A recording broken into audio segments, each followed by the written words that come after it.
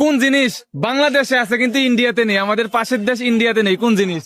ভাই আমাদের দেশে কি পাওয়া যায় না পাওয়া যায় সেটা বড় কথা নয়, বড় কথা হচ্ছে যে তুই যেটাতে পরোটা ভাবছিস ভাই ওটাকে ব্রিক টয়েল বা কর্নিক বলে, যেটা আমাদের এখানকার রাজমিস্ত্রিরা দেয়াল গাঁথতে বা দেয়ালে প্লাস্টার করতে ব্যবহার করে।